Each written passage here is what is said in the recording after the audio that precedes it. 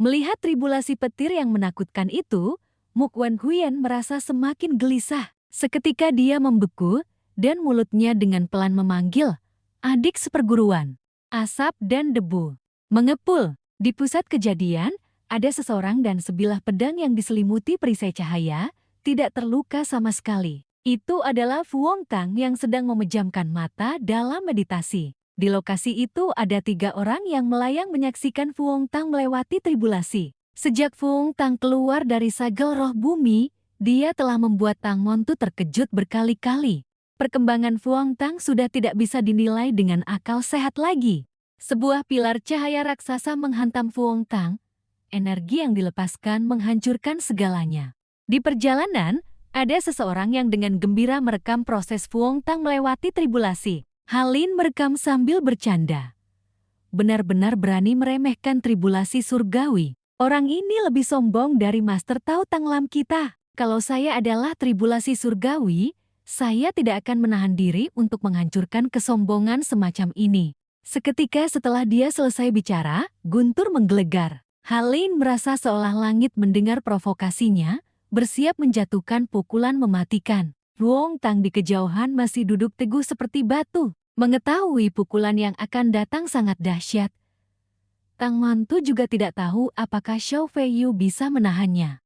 Namun, menurut analisisnya, tribulasi surgawi kali ini dan tribulasi sebelumnya memiliki tingkat kekuatan yang sama.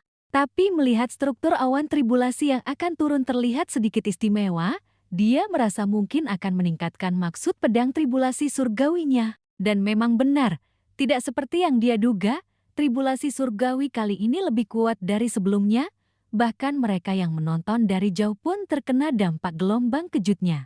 Huyen kecil menarik baju Halin, menyalahkannya karena mengucapkan kata-kata sial yang menyebabkan kematian kakaknya.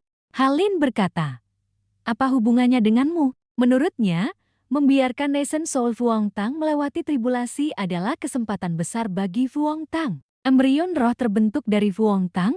Embrion roh itu terbang keluar dari tubuh Fu Hongtang, melesat lurus ke langit, menggunakan satu pedang Ziwei untuk bertarung melawan langit.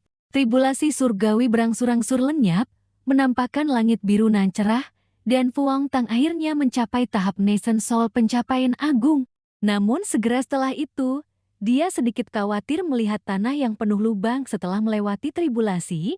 Jangan sampai Fu Hongtang dan Nyonya Guru Yue marah, karena jika mereka menyalahkannya karena merusak lingkungan dan memaksanya membayar ganti rugi, itu akan jadi bencana. Setelah melewati tribulasi Nation Soul, Fu Hongtang dan semua orang mendiskusikan hal ini. Dari sana dapat dilihat bahwa proses Fu Hongtang melewati tribulasi, meskipun banyak berbeda dengan catatan kuno, namun hasilnya tetap sempurna. Fu Hongtang tidak memecah Golden Core, melainkan mengubah Golden Core menjadi Nation Soul, duga Tang Montu. Tapi masalahnya adalah karena bakat alamiah Fu Hongtang sudah sempurna, jiwa primordialnya menyatu dengan daunnya. Jadi, dia tidak perlu memecah Golden Core untuk bisa menyatu. Ini bisa menjelaskan mengapa Fu Hongtang menyerap energi primordial begitu lama tanpa reaksi yang drastis.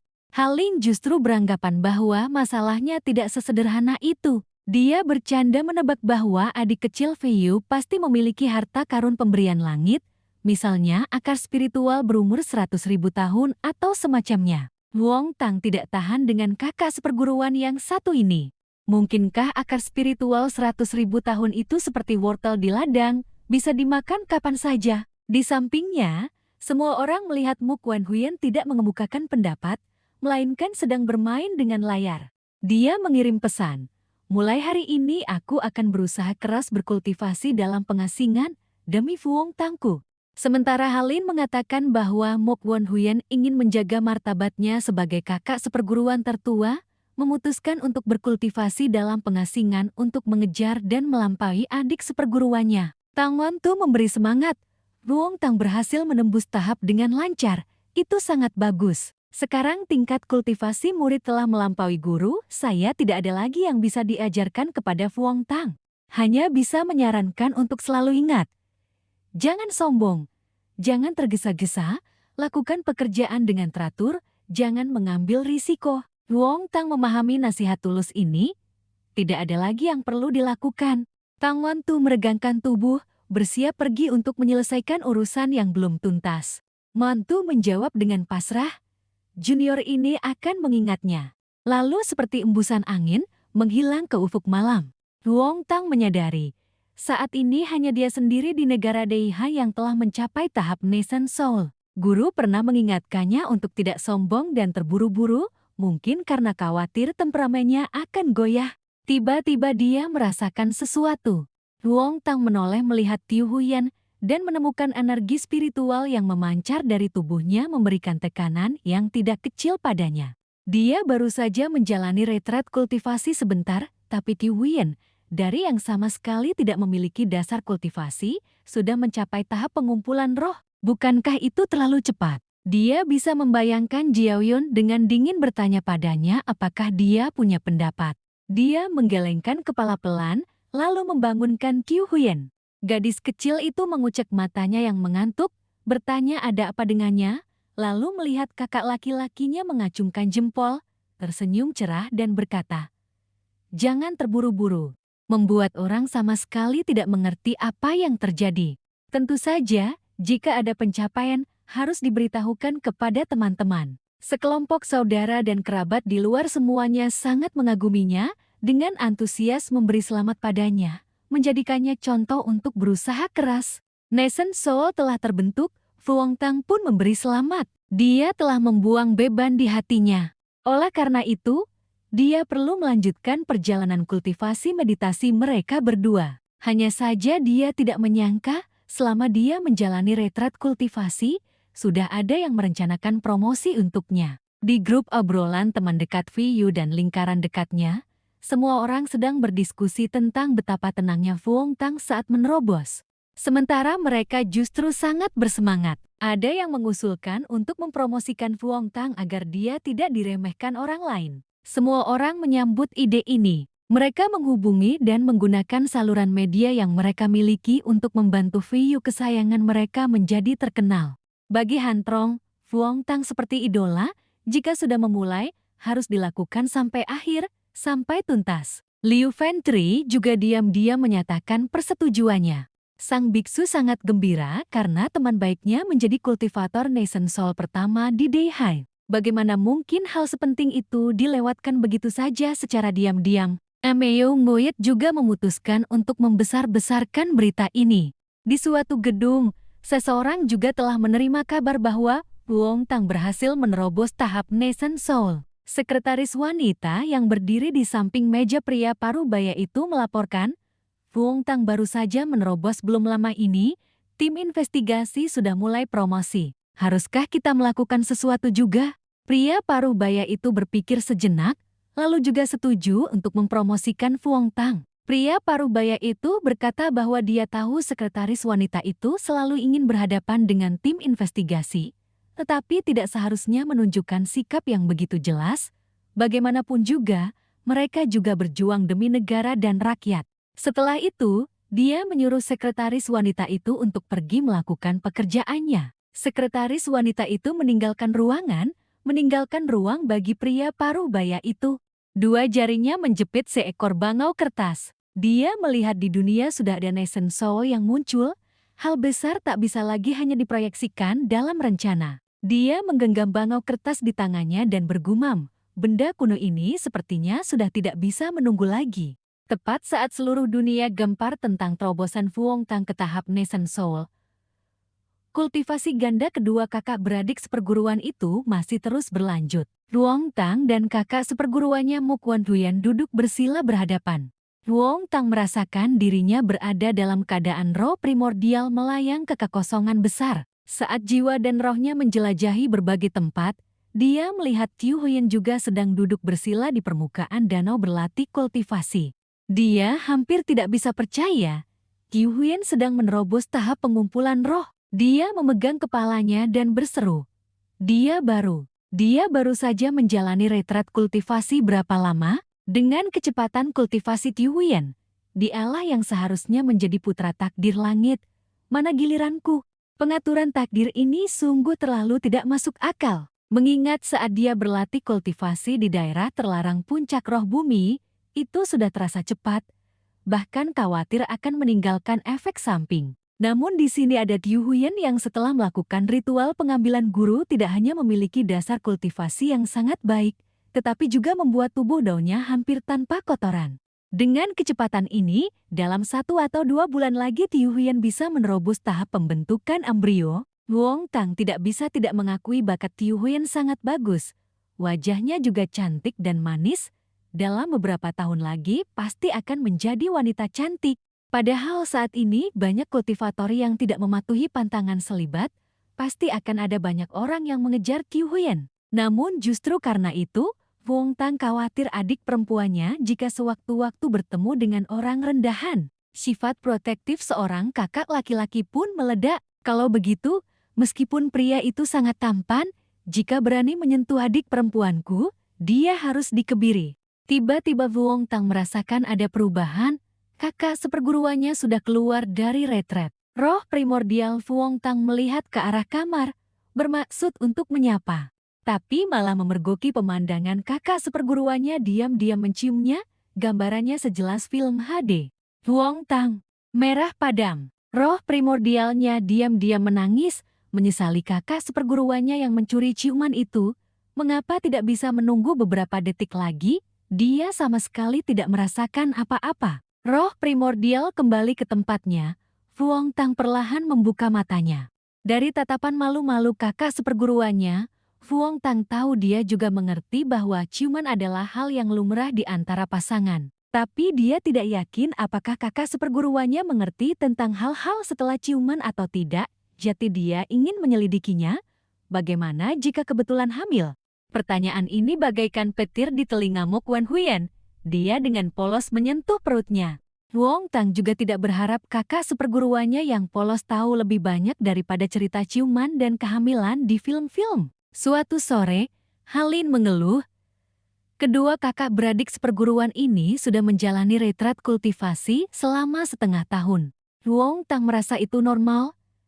Dia baru saja naik ke tahap Nascent Soul, perlu waktu untuk mengonsolidasi kultivasinya. Sambil mengeluarkan makanan untuk semua orang, dia bertanya dengan santai, apakah ada berita baru di negara Daihab akhir-akhir ini? Haling tersenyum dan berkata bahwa semua berita berputar di sekelilingnya. Konon berkat teman-teman setimnya, selama setengah tahun dia menjalani retret kultivasi, namanya selalu menduduki puncak daftar paling populer. Dia segera online. Wong Tang melihat bahwa memang berita tentang dirinya memenuhi seluruh situs web. Dia sama sekali tidak senang dijadikan tontonan. Wong Tang mengeluarkan sebuah perangkat berbentuk stik dari sakunya. Dia memang punya pekerjaan yang harus dilakukan di grup obrolan tim kultivasi. Wong Tang menetapkan prioritas. Dia mengirim pesan menanyakan siapa yang ingin pergi bersamanya ke tembok besar di utara untuk mencari. Misi pedang iblis mendapatkan serangkaian emotikon. Wong Tang melihat kakak seperguruannya bilang tidak ikut. Dia bertanya alasannya. Wong Tang juga mengerti. Dia berkata jika dia Mok Wan Huyen senggang, tolong bimbing Tiu Huyen sebentar. Dia Wong Tang akan segera kembali setelah memusnahkan pedang iblis penghisap darah. Di bawah tatapan kedua orang itu, Wong Tang akhirnya harus mengubah kembali kepada kakak seperguruan menjadi kembali kepada semuanya. Tiu Huyen bertanya-tanya, mengapa kakak pergi mengurus pedang iblis? Wong Tang menjawab, ibu guru bilang masih ada belasan pedang. Yang menyakitkan itu tersebar di mana-mana. Kalau terus begini tidak tahu apa yang akan terjadi, jadi lebih baik segera dibereskan. Mendengar itu, Halin menawarkan diri untuk ikut.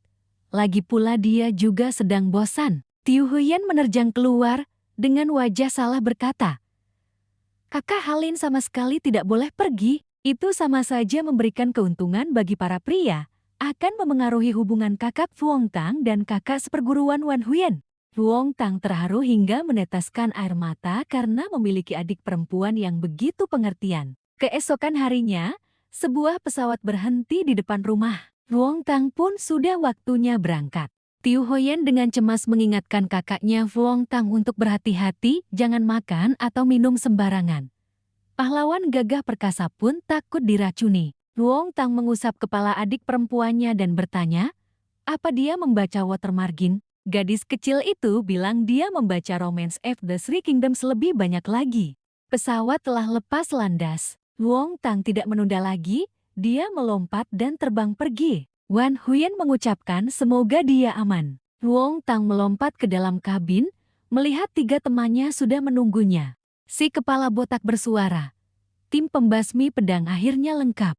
Han Trong berkata bahwa mereka berempat sangat perhatian, karena ingin dia Wong Tang dan kakak seperguruannya membina hubungan, makanya mereka tidak memanggilnya. Dia datang lebih awal, tetapi Wong Tang malah memperhatikan mengapa ada 4 orang. Dalrei melangkah keluar menyapa Wong Tang. Yang membuatnya terkejut adalah orang yang tersisa ternyata adalah Dalrei. Dengan antusiasme berlebihan, begitu melihat Wong Tang dia langsung berbicara tanpa henti.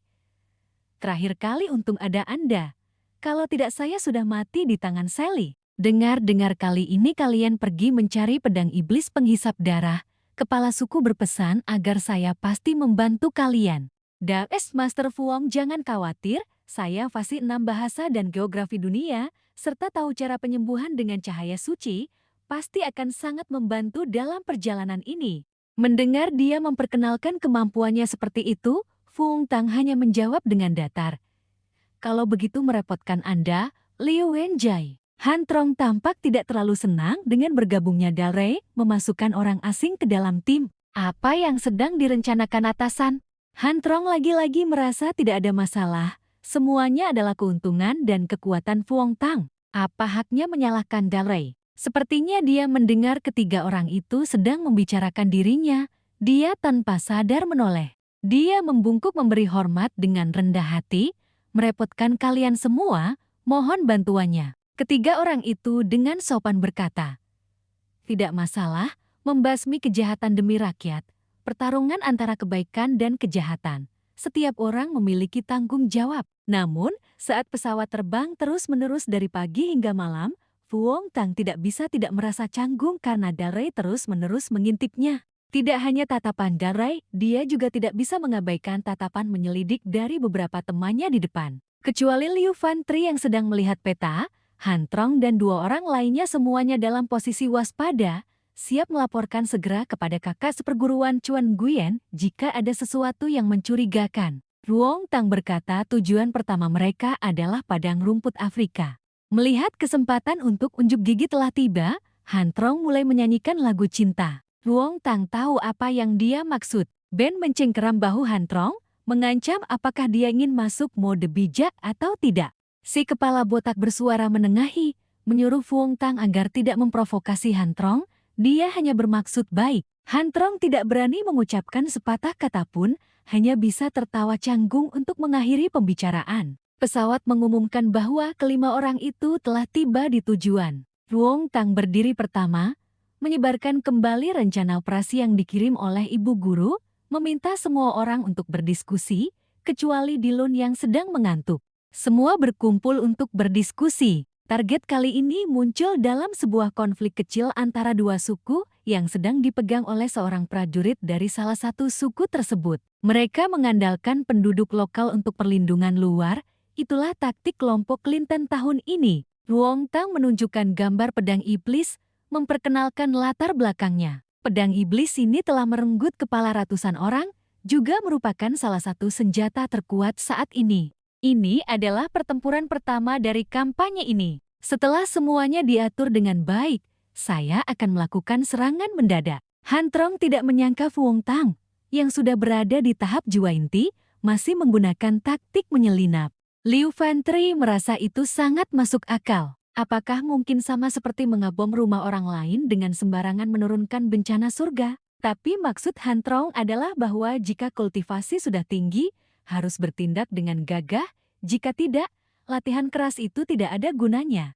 Melihat senyum licik Han Trong, 2 orang lainnya diam-diam melirik Liu Fantri, yang sudah menyiapkan sebuah jimat khusus untuk menghadapi orang seperti ini. Oleh karena itu, mereka akan berusaha untuk menghindari menarik perhatian. Kapten mengumumkan bahwa tim sudah mendekati target dan membuka pintu kompartemen agar mereka bisa melompat. Wong Tang mengingatkan semua orang, bahkan elang yang menangkap kelinci harus mengerahkan seluruh kekuatannya untuk memastikan kemenangan. Biar saya yang melakukan serangan mendadak duluan. Setelah selesai berbicara, Fuong Tang melompat dari pesawat. 3 rekan lainnya menilai bahwa energi spiritual di sini jauh lebih rendah dibandingkan daerah pedesaan biasa di negara Huaxia. Han Trong merasa kasihan pada orang-orang di sini yang tidak hanya tidak memiliki teknik kultivasi, tetapi juga menjadi target oleh seorang ahli tahap jiwa inti. Beberapa menit kemudian, Fuong Tang kembali ke pesawat dengan sebuah tas. Melihat Fuong Tang kembali lebih awal, Han Trong bertanya apakah ia bertemu ahli manapun. Fuong Tang tidak menjawab, hanya berkata untuk melanjutkan ke target berikutnya. Ia melempar tas itu kepada Han Trong, menyuruhnya memegang erat-erat, karena di dalamnya ada pecahan pedang iblis. Ketiga rekannya merasa bahwa misi mengumpulkan dan menghancurkan pedang iblis kali ini sangat rapi dan ringan seperti sedang berlibur, sama sekali tidak terasa seperti menjalankan misi penting. Lampu alarm dan siren area militer berbunyi nyaring. Area militer mengkonfirmasi bahwa target yang menyusup adalah seorang kultivator dari negara Huaxia, seseorang dari negara Huaxia yang mampu menurunkan bencana surga. Fuong Tang berdiri di ketinggian dengan sombong berkata, "Serahkan pedang iblis itu, aku akan mengampuni nyawa kalian." Karena semua orang tahu Fuong Tang berada di tahap jiwa inti, seseorang di area militer mengusulkan kepada atasannya untuk mundur karena mereka tidak memiliki kesempatan untuk menang. Atasannya tetap keras kepala, mengira tidak ada lawan yang tidak bisa dikalahkan. Namun segera setelah itu, ia menerima kabar buruk lainnya. Di luar markas tiba-tiba muncul reaksi energi, dikonfirmasi juga sebagai kultivator Huaxia. Itulah ketiga rekan dalam kelompok Fuong Tang yang dinilai sebagai target berbahaya tingkat A. Orang-orang di area militer menghadapi tekanan yang belum pernah terjadi sebelumnya, mereka berteriak meminta instruksi selanjutnya. Situasi sudah sangat mendesak. Seorang bawahan dengan berani mengusulkan agar atasannya menyerahkan pedang iblis. Atasannya keras kepala tidak mau mengalah.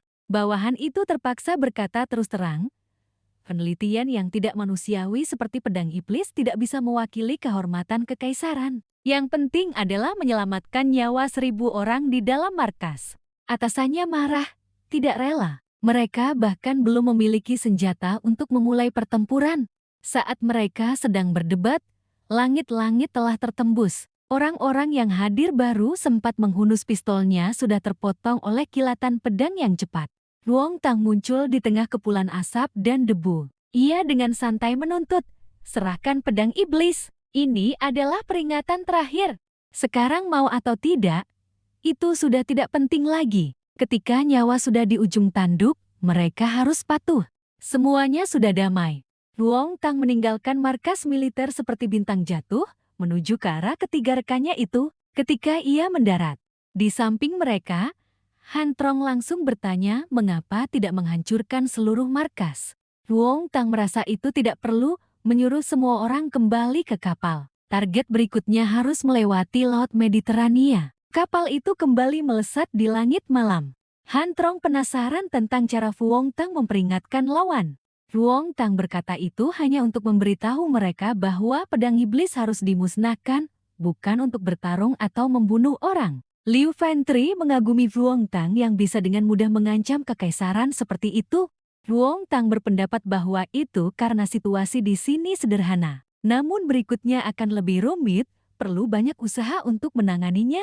Saat itu, Dalrey masih tertidur pulas, baru terbangun dengan mata mengantuk. Ia tidak tahu bahwa selama ia tidur, Fuong Tang telah menyelesaikan banyak hal. Ia memberitahu Dalrey bahwa mereka telah menyelesaikan misi di Afrika dan sekarang sedang dalam perjalanan menuju wilayah faksi cahaya. Setelah mendengar itu, Dalrey merasa sangat kecewa. Semakin sedih ketika ketiga orang itu berkata, "Setidaknya kamu tidak menambah beban." Fuong Tang seolah menjadi satu-satunya yang tidak berprasangka. Ia secara proaktif meminta bantuannya untuk menyelesaikan target berikutnya karena tempat yang akan dituju memiliki keamanan yang kacau, sangat mudah untuk menyembunyikan pedang iblis, dan saat ini ia adalah orang yang paling cocok untuk berinteraksi dengan faksi cahaya. Dalrey kembali bersemangat, bertanya kota apa itu?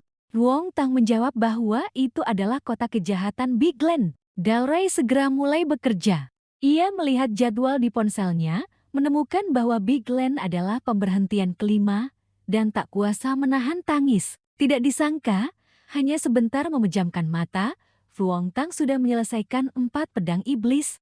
Ia merasa dirinya seperti maskot, ada atau tidak ada tidak masalah. Namun ini adalah penderitaan bersama, karena ketiga pemuda lainnya dalam perjalanan ini juga merasa tidak bisa berbuat apa-apa. Di suatu tempat, seseorang sedang bertanya tentang perjalanan perkumpulan tanpa kata. Seorang wanita dengan rambut disanggul tinggi yang mengikuti di belakang hanya berkata, kelompok Fu Hongtang baru saja mendekati tempat itu dan sudah mengkonfirmasi ada 2 pedang iblis. Faksi Cahaya juga menyambut seruan mereka, setuju untuk berkoordinasi dengan Fu Hongtang.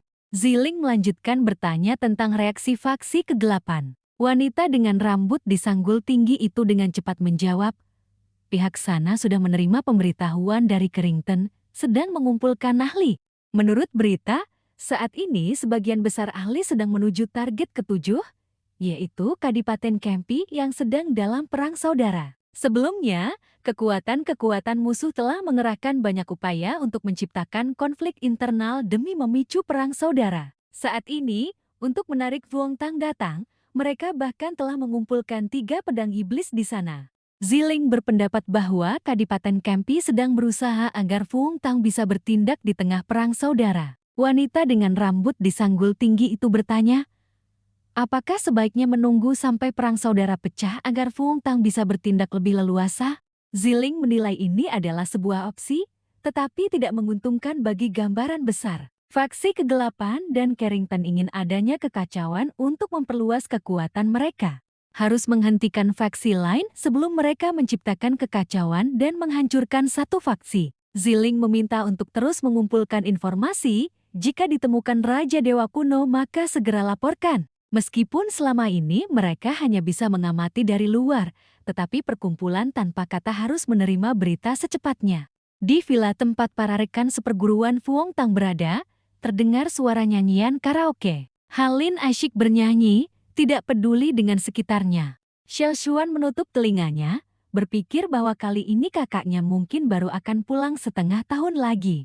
Meskipun masih muda, gadis kecil itu tahu bahwa di luar sana penuh dengan bahaya, dan ia khawatir kakaknya tidak cukup bijak sehingga akan merugi. Halin tidak setuju, berkata, apa maksudnya Fu Hongtang tidak bijak? Orang itu banyak akal. Terlihat jujur itu cuma karena ia tidak cukup tahu malu. Halin masih menggunakan jaringnya untuk melunasi utang sehingga ia bisa merasakan pikiran Fu Hongtang kapan saja. Mengetahui hal ini, Xiao Xuan pun bertanya, tapi menurut perasaan Halin, apakah kakakmu sepenuhnya setia pada kakak seperguruan Tuan Xuan? Atau ia pernah punya pikiran untuk selingkuh? Mengenai masalah ini, Halin dengan percaya diri menyatakan bahwa belum. Ia berkata, kakak seperguruan Tuan Xuan kita memiliki pesona tak tertandingi, mana mungkin Fu Hongtang berani tidak tulus. Tuan Xuan yang duduk di sampingnya berdeham 2 kali untuk menarik perhatian kedua orang itu. Ia dengan polos ingin menanyakan masalah pribadi, misalnya antara sepasang kekasih, sebenarnya apa yang harus mereka lakukan? Ia bertanya secara samar, tetapi kedua orang itu dengan cepat memahami makna yang semua orang tahu. Xiao Xuan dengan cerdik memilih kata-katanya. Itu tergantung pada usia berapa. Memang benar, orang kecil tapi pengetahuannya luas. Gadis kecil itu dengan cermat menjelaskan kepada kakak seperguruannya yang polos, jika masih remaja seperti kakak seperguruan, mereka akan pergi ke sekolah bersama, makan bersama, mengerjakan PR, dan akhir pekan jalan-jalan. Kontak fisik hanya sebatas bergandengan tangan. Jika sudah dewasa dan tidak diawasi orang tua, bisa bepergian bersama, bermain game, jalan-jalan, menonton film adalah hal yang wajar ketika perasaan semakin mendalam. Tergantung pada pandangan pribadi, cakupan kontak fisik bisa meluas dari bilangan positif ke bilangan negatif. Halin mengetuk kepala gadis kecil yang sedang mengajari kakak seperguruannya tentang pendidikan seks. Masih kecil tapi sudah tahu banyak sekali. Namun, sekarang adalah era media massa. Orang-orang muda seperti Xiao Xuan sedikit banyak sudah terpapar hal-hal ini. Anak-anak juga diajari untuk menerima pengetahuan ini dengan benar. Tidak boleh sembarangan. Dan juga tidak boleh diabaikan karena malu. Setelah itu, Gadis kecil itu dicubit pipinya oleh Quan Xuan. Quan Xuan dengan mata bulat bening bertanya, "Apa itu bilangan negatif?" Sampai di sini, keduanya merasa malu dan tidak bisa berkata-kata. Harus menyalahkan Fuong Tang saja. Saat ia dibutuhkan untuk menjelaskan, ia malah tidak ada. Pada saat yang sama, di belahan bumi lain, Fuong Tang kembali menghancurkan. Satu lagi pedang iblis telah selesai diurus.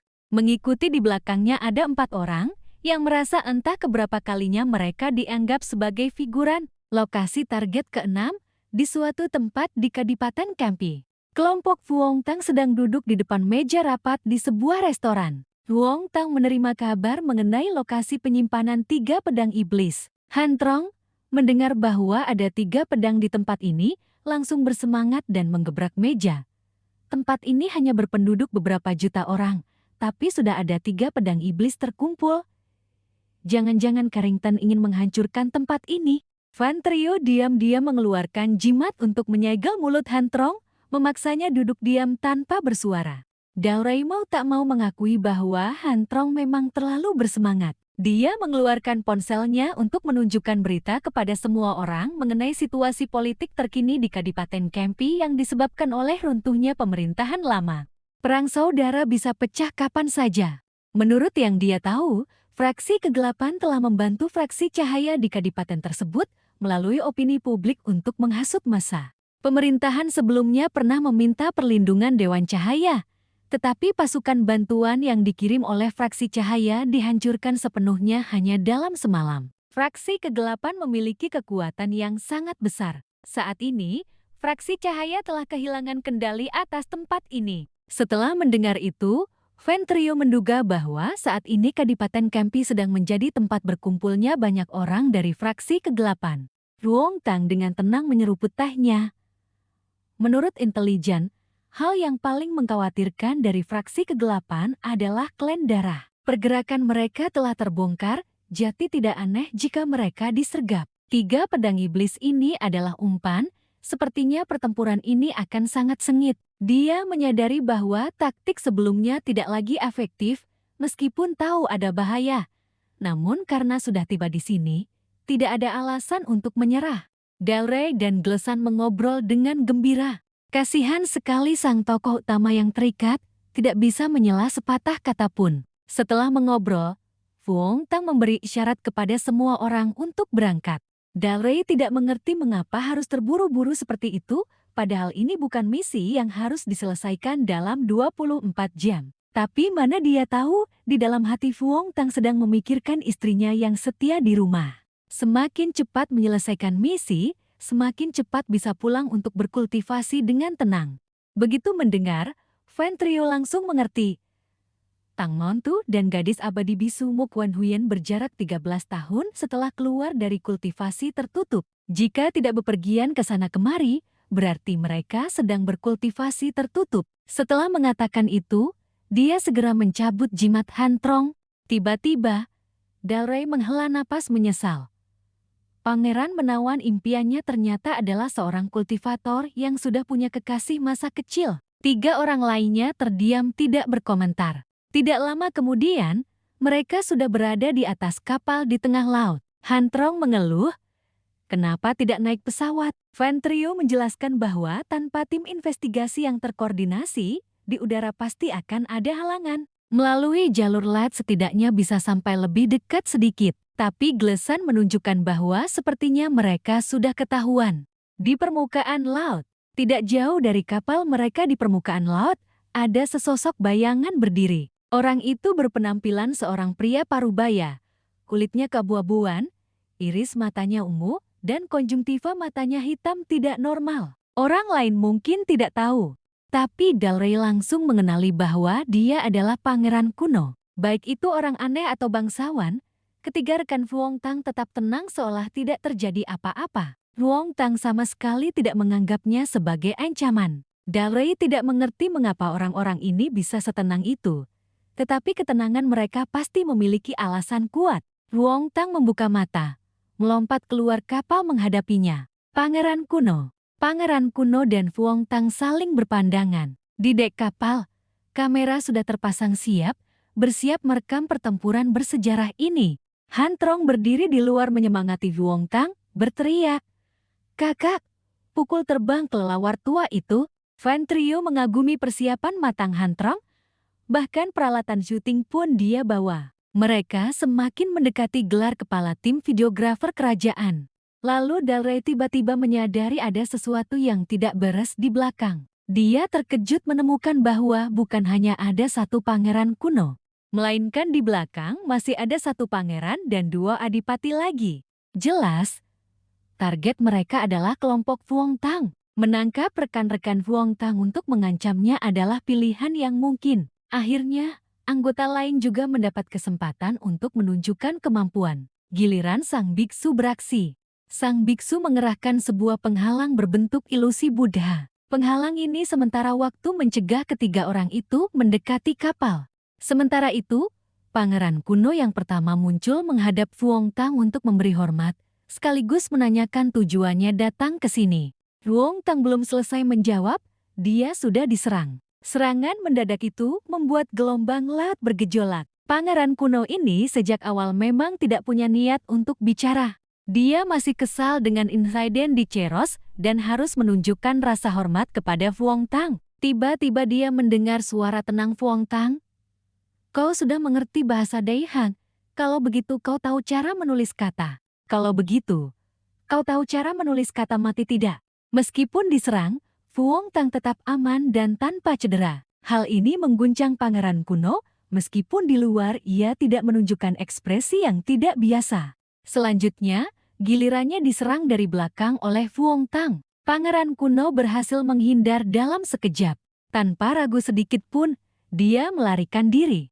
Bagaimana mungkin Vuong Tang membiarkannya lolos begitu saja? Dia mengerahkan pedang bintang ungu tunggal, memanggil bayangan pedang yang melesat ke langit. Pangeran kuno terpotong satu sayapnya oleh pedang ini. Dia terhuyung kesakitan, tetapi berkat keunggulan klan darah, sayap yang hilang dengan cepat tumbuh kembali. Saat ini, dia menyadari situasi yang tidak menguntungkan dan ingin mencari cara untuk berdamai. Vuong Tang membalas dengan gerakan provokatif. Pangeran kuno mengerti bahwa tidak ada lagi jalan negosiasi, tetapi dia juga tidak berniat menunggu kematian, lalu segera berubah menjadi wujud aslinya untuk menyambut pertempuran. Keduanya melancarkan pertempuran hidup mati, benturan kekuatan menciptakan kilatan cahaya yang menyilaukan di langit malam. Orang-orang lain di tim Vuong Tang seolah sedang menonton film 3D, sambil duduk makan berondong jagung menikmati pertempuran. Meskipun pada kenyataannya, karena gangguan energi yang terlalu kuat, mereka tidak melihat apa-apa. Han Trong tiba-tiba teringat 3 anggota klan darah yang mereka cegat. Saat semua orang tidak memperhatikan, ketiga anggota klan darah itu tampaknya sedang melakukan ritual pengorbanan darah yang mengkhawatirkan. Saat ini, bahkan dalam wujud aslinya, pangeran kuno pun kesulitan menghadapi Vuong Tang. Dia berpikir dalam hati bahwa dia telah salah perhitungan. Dia kira Vuong Tang hanya pamer, tidak memiliki kemampuan apapun, tetapi kenyataannya Vuong Tang sedang mengalahkannya. Tepat pada saat genting ini, seorang anggota klan darah wanita datang untuk menyelamatkan. Dia membawa bola darah, mengatakan itu adalah persembahan untuk pangeran kuno. Inilah yang dia butuhkan, dengan itu dia bisa sementara waktu mencapai kondisi transenden. Namun sebelum dia sempat menyentuh persembahan itu, benda itu sudah hancur terpotong. Pelaku yang menghancurkannya tidak lain adalah Vuong Tang. Vuong Tang tidak berniat memberinya kesempatan untuk membalikkan keadaan. Anggota klan darah wanita itu pun menyerah. Pangeran kuno sudah sampai pada titik ini, jika sudah hancur biarkan saja hancur sepenuhnya. Dia menangkap anggota klan darah wanita itu, memaksanya untuk mengorbankan diri. Setelah menguras habis darahnya, dia melemparkan mayat rekan klannya. Dengan darah yang cukup, kini dia sementara waktu mencapai kondisi transenden. Menurut perkataannya, itu sudah cukup untuk beradu kekuatan dengan Vuong Tang. Begitu mendapatkan kekuatan, pangeran kuno langsung merasa dirinya pantas untuk menjadi penguasa. Dia secara aktif mendekati Vuong Tang. Vuong Tang dengan tenang mengucapkan mantra. Mulai. Pedang menembus pelangi, menekan ribuan roh. Tak terhitung sinar pedang menembus pangeran Gu. Dia menerima serangan ini, kekuatan yang baru saja diserapnya langsung lenyap. Wong Tang mengakhiri pertempuran dengan satu jurus pedang pembuka gerbang langit. Pemandangan itu begitu megah hingga membentuk aliran cahaya yang merobek langit. Para anggota di bawah tidak pernah bosan dengan kemampuan hak game Wong Tang. Lagi pula, seni pengendalian pedang saja sudah cukup bagi sang protagonis untuk mendominasi dunia, belum lagi jurus pamungkasnya. Biksu itu berpendapat bahwa kecuali Wong Tang tidak mau, jika tidak, posisi puncak peringkat langit pasti menjadi miliknya. Han Trang juga merasa bahwa bahkan leluhur keluarganya sendiri bukanlah lawan Wong Tang. Pangeran Gu memang iblis tua, dipukuli sampai hancur jiwa dan raganya. Namun masih merencanakan jalan keluar untuk dirinya sendiri. Tuannya pernah menyatakan tidak akan membiarkannya kabur, bahkan jika berubah menjadi lalat pun tidak akan bisa selamat. Pedang bintang ungu mengeluarkan jurus. Satu pedang. Menentukan, semua orang di sekitar sudah terbiasa dengan pemandangan ini, mereka semua mengerti bahwa mereka hanyalah penonton jangka panjang saja. Berita datang, sinyal komunikasi dengan pendeta Tau Fuong terputus di dekat wilayah laut Kadipaten Kempi, muncul aliran energi asal yang kuat dan tidak normal. Intelijen melaporkan kepada Jilang, Pangeran Gu tiba-tiba menyerang Raja Tang. Tetapi mereka tidak bisa mengamati dengan jelas perkembangannya melalui satelit pengawas. Informasi yang tidak jelas membuat Jilang khawatir karena Raja Tang adalah kekuatan utama Daiwa, ancaman besar bagi kekuatan-kekuatan luar. Jika dia gagal, pengaruh Daiwa juga akan goyah. Namun tak lama setelah itu, Mo Ye membawa kabar baik. Satelit pendeteksi menunjukkan bahwa energi Pangeran Gu telah menghilang, sementara Raja Tang masih ada. Hasilnya sudah jelas. Jilang tidak perlu tegang lagi, dia memerintahkan untuk memantau situasi musuh di sekitar dan memberitahukan Raja Tang tepat waktu. Dalam hatinya, Jilang diam-diam gembira karena Raja Tang telah memusnahkan Pangeran Gu, salah satu sisa-sisa klan darah besar, secara langsung menyelesaikan bahaya besar bagi Daiwa. Atas jasa ini, dia tidak tahu bagaimana seharusnya memberi penghargaan kepada Raja Tang. Saat ini, di sebuah pelabuhan Kadipaten Kempi, Raja Tang memejamkan mata untuk memulihkan diri setelah mengakhiri pertempuran. Dalai masih terkejut dengan pertempuran barusan. Dia bertanya apakah Pangeran Gu benar-benar dibunuh olehnya dan segera menerima konfirmasi dari Raja Tang. Raja Tang tidak membuka mulut, melainkan menggunakan telepati untuk menyampaikan gagasan dengan cepat. Itulah harta komunikasi. Huai Jing meminta tim investigasi untuk mengikuti rencana awal, sekaligus mengirim orang untuk bantuan. Glesjan segera menerima perintah dan bertindak. Melihat Raja Tang tidak berkata apa-apa, Yan Zhao tidak bisa menahan diri untuk bertanya apakah dia terluka. Raja Tang berkata bahwa dia hanya sedikit kehabisan energi. Dia meminta semua orang menunggu kabar dari tim investigasi. Dia perlu memulihkan kekuatan spiritualnya. Glesjan bertanggung jawab atas komunikasi, melaporkan bahwa tim investigasi telah mengirim 2 mobil untuk bantuan, dan saat ini sudah berada di pelabuhan. Maka mereka segera bergerak, semua orang dari kapal pindah ke mobil bantuan. Xuanji diam-diam mengamati Raja Tang yang duduk tak bergerak seperti patung. Han Trang terus terang menyatakan ingin belajar teknik melarikan diri cahaya petir dari Xuanji. Raja Tang bermurah hati, bersedia mengajar Xuanji.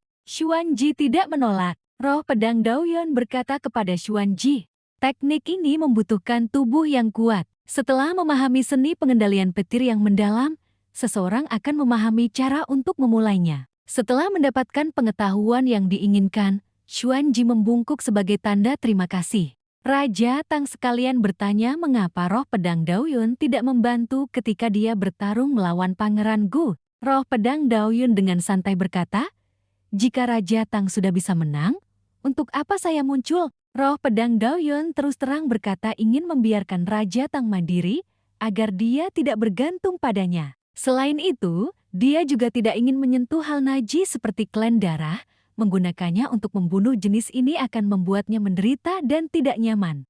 Raja Tang berkata bisa menggunakan pedang terbang untuk membunuh, tetapi roh pedang Daoyuan segera menjawab, tidak perlu, karena saya adalah roh pedang Raja Tang, hanya melakukan hal yang seharusnya. Hal ini membuat orang lain semakin terkejut ketika mereka tahu jika tadi Raja Tang dan roh pedang Daoyun bekerja sama, Pangeran Gu mungkin sudah hancur jiwa dan raganya. Dalam sekejap, roh pedang Daoyun mendorong Raja Tang untuk segera berkultivasi. Nanti dia akan membawanya ke alam abadi untuk berlatih, membuat Raja Tang senang sampai menangis. Dia tahu ini adalah saatnya bagi para tetua untuk memanfaatkan kesempatan, mendesaknya untuk meningkatkan kekuatannya. Mobil bantuan tiba-tiba mengeram mendadak tanpa pemberitahuan. Halrey hampir terjatuh. Mereka diberitahu ada insiden. Perang saudara di Kadipaten Kempi telah resmi meletus. Kabar ini bagi rencana Raja Tang bagaikan sambaran petir. Perang saudara meletus di mana-mana, peluru beterbangan. Tak lama kemudian seluruh kota diliputi lautan api. Han Trang ternganga berkata, "Bukankah damai itu lebih baik?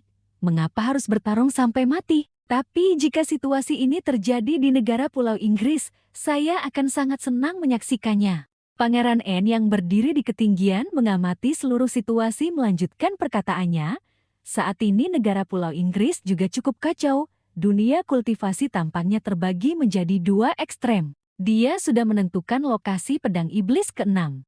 Huai Jing dan Han Trang bertindak seperti biasa, mereka akan menyerang langsung. Sementara Raja Tang menyerang dari udara. Dua orang yang ditunjuk sudah siap, Xuan Ji dan Dalrai. Keduanya menyerang bersama Fuong Tang, bertindak di bawah komandonya. Mereka tidak perlu masuk terlalu dalam untuk menghindari konflik yang tidak perlu. Target mereka adalah Madam, setelah selesai akan beralih ke target berikutnya. Pihak kegelapan mengetahui keberadaan Raja Tang, lalu mengirimkan sekelompok orang untuk menghadang. Namun jumlah orang ini terlalu sedikit, Raja Tang hanya perlu satu jurus untuk menyelesaikannya. Han Trang mencemooh pihak kegelapan, mengirim beberapa anak kemarin sore untuk menghadang Raja Tang. Tetapi menurut Huai Jing, kabar bahwa Raja Tang membunuh Pangeran Gu sudah menyebar. Jadi pihak lawan tidak ingin menyia-nyiakan sumber daya manusia lagi. Saat ini, yang penting adalah menyerang dengan cepat dan menang dengan cepat. Lebih baik daripada berlarut-larut. Raja Tang bergerak. Dia bergerak sangat cepat. Dalam sekejap, dia seperti berpindah secara instan.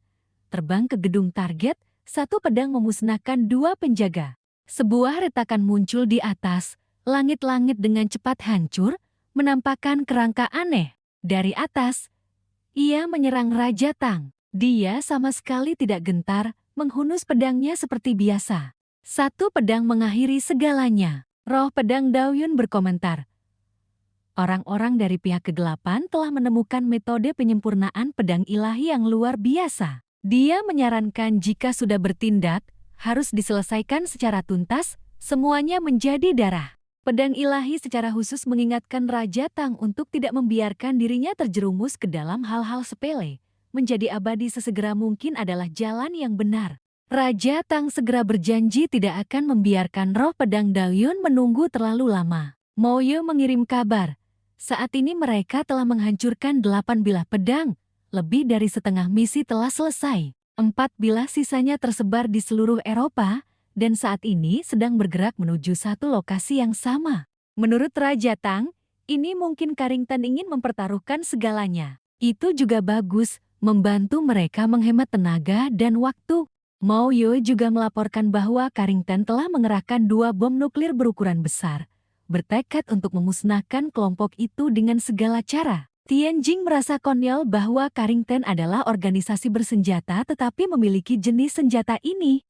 Menurut pendapat Yun Jia, hal yang mendesak adalah mencari cara. Meskipun kekayaan seringkali ditemukan dalam bahaya, risiko juga tidak dapat dihindari. Han Trang tidak bisa menahan diri untuk bertanya apakah Raja Tang bisa menghadapi bom nuklir. Raja Tang sama sekali tidak khawatir. Dia berkata tidak punya rencana, tetapi punya beberapa opsi untuk menghadapinya. Setelah itu, dia mengusulkan agar seluruh kelompok pergi mengunjungi fasilitas relaksasi. Keesokan harinya, kelompok Raja Tang sedang dalam misi.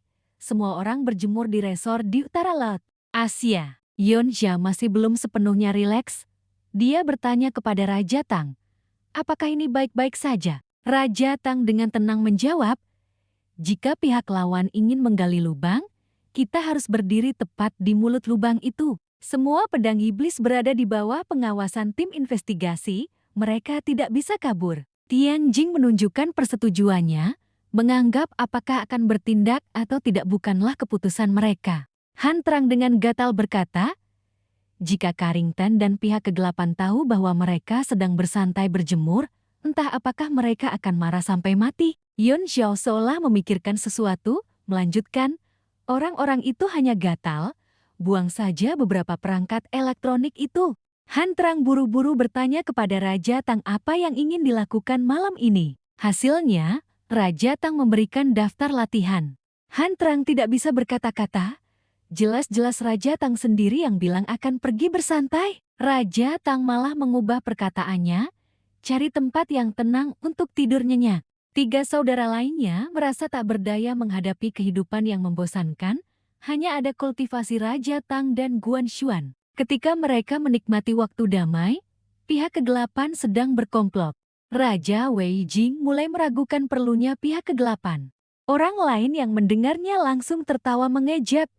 Dia takut diancam oleh Daiwa. Raja Wei Jing dengan marah menggebrak meja. Dia meraung bahwa dia tidak takut musuh yang kuat, hanya membenci mereka yang diam tidak punya ambisi. Hanya satu kultivator Daiwa telah menghina mereka, tetapi tidak ada yang bereaksi. Aliansi semacam ini masih punya arti apa? Orang itu memberi isyarat agar Raja Wei Jing tenang, meskipun dia sangat tidak rela. Namun orang ini tidak bisa tidak mengakui satu fakta. Dalam aliansi saat ini, tidak ada yang berhasil mengalahkan kultivator Deihan. Vampir yang terluka parah adalah pelajaran nyata yang ada di depan mata. Saat ini, seorang pemuda bertopeng iblis masuk. Dia mengisyaratkan kepada mereka bahwa dia memiliki petunjuk tentang kelemahan kultivator Deihan. Saat ini adalah malam kedua, Fuong Tang sedang melihat ponsel di balkon kamarnya. Tiba-tiba ada firasat buruk. Dia juga tidak tahu dari mana datangnya perasaan aneh ini. Setelah memeriksa, dia melihat bahwa anggota keluarga dan kakak seperguruannya sudah membalas pesannya. Gurunya sedang bermeditasi untuk mempersiapkan terobosan. Pada dasarnya, semuanya normal. Giao Fan merasakan kegelisahan Fuong Tang, lalu menampakkan diri untuk bertanya. Fuong Tang bercerita padanya tentang lebih dari 100 tahun yang lalu, di mana orang-orang barbar yang Giao Fan sebutkan selalu menggembar-gemborkan kemerosotan dinasti Dataran Tengah, harus melalui bertahun-tahun perjuangan keras untuk mencapai kemakmuran. Namun, Fuong Tang hari ini, sambil mencari nomor telepon Ibu Lin di daftar kontak untuk menelepon, secara objektif berkomentar bahwa semua itu adalah peradaban bumi, hanya kepemimpinan sementara, tidak bisa menyamaratakan semua negara. Begitu panggilan tersambung, Ibu Lin sudah mengangkat telepon. Fuong Tang mengungkapkan kekhawatirannya yang tidak biasa, bertanya pada Ibu Lin apakah ada sesuatu yang terjadi di sana. Ibu Lin mengatakan semuanya masih normal, dia bilang akan mengumpulkan lebih banyak informasi lalu menelpon kembali. Namun, dalam hati Fuong Tang masih merasa gelisah, dia percaya pada intuisinya. Dia yakin pasti ada sesuatu yang terjadi, tetapi sebagian dirinya tetap berpikir positif bahwa mungkin itu bukan hal buruk, karena setidaknya belum ada kabar apapun tentang kerabat dan teman-temannya. Di kantor Ibu Lin, sebuah panggilan telepon dari Fuong Tang masuk. Ibu Lin mengangkat telepon. Apa yang dia dengar membuatnya tertegun. Dia segera memberitahu Fuong Tang bahwa hal buruk telah terjadi. Firasat tidak enak itu telah menjadi kenyataan. Fuong Tang tidak bisa lagi mempertahankan sikap tenangnya seperti biasa. Buru-buru bertanya siapa, di mana, apa yang telah terjadi. Ibu Lin mengumumkan, kami baru saja menerima kabar, kubu gelap mulai membantai warga sipil, membunuh tidak sedikit penduduk Deihan. Hanya dalam beberapa jam, mereka telah menyebabkan 68 pembantaian, menculik lebih dari 2.600 sandera, lebih dari 3.000 orang tewas, 16.000 orang terluka. Masalah ini berdampak terlalu besar. Kami telah mengerahkan semua kultivator inti emas tingkat lanjut untuk bantuan. Semuanya, sesuaikan diri dengan situasi. Jika terlalu berbahaya, jangan bertindak gegabah. Tunggu pasukan utama kami tiba baru kita bicarakan. Fuong Tang tidak berkomentar, mendengarkan Ibu Lin ketika layar menjadi gelap. Han Trong dengan marah mengutuk orang-orang dari kubu gelap yang berani membantai warga sipil untuk mengancam. Tianjing menganalisis secara rasional bahwa lawan sedang terpojok, ingin memaksa kita bertarung, memancing kita masuk ke dalam perangkap mereka. Yunji bertanya pada Fuong Tang. Fuong Tang harus bagaimana? Fuong Tang menduga lawan memilih melakukan hal itu. Pertama, bisa jadi untuk memprovokasi negara-negara kuat di negeri ini. Kedua, untuk memengaruhi pemerintah Deihai. Fuong Tang juga memastikan jika perlu, dia akan pergi menghentikan musuh untuk mengulur waktu. Orang-orang yang sepakat untuk bergerak ke lokasi kejadian semua menduga ini akan menjadi pertempuran terakhir mereka dengan kubu gelap. Adapun Fuong Tang, meskipun tampak tenang di luar, dia diam-diam mengepalkan tinju, menunjukkan kecemasan dan kegelisahan di dalam hatinya. Setiap pesawat terbang menuju pegunungan Koni, salah satu lokasi rahasia Corrington. Ketika pesawat tiba di sana, sekelompok orang berbaris keluar dari pesawat. Seseorang bertanya kepada pemuda bertopeng iblis, yaitu Mao, apakah yakin melakukan ini tidak akan membuat marah para kultivator Deihang?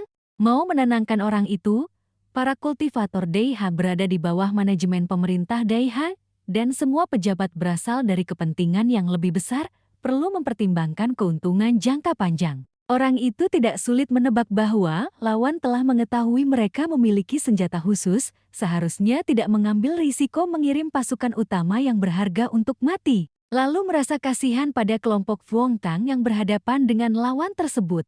Seperti mau di pihak Fuong Tang sudah mulai bergerak, Suong Muyet segera memperbarui informasi. Mereka baru saja menerima video negosiasi dari pihak lawan, kubu gelap, yang berisi konten terkait Fuong Tang. Oleh karena itu, dia akan meneruskan video tersebut kepada kelompok Fuong Tang. Fuong Tang membuka. Dalam video itu adalah Mao. Menurutnya, mereka tidak punya pilihan lain sehingga harus menggunakan taktik rendahan ini. Praktisi Dao telah menjadi ancaman bagi perdamaian dunia. Ada pepatah bukan ras kita. Hatinya pasti berbeda, di mata para kultivator itu tidak ada perbedaan antara baik dan jahat.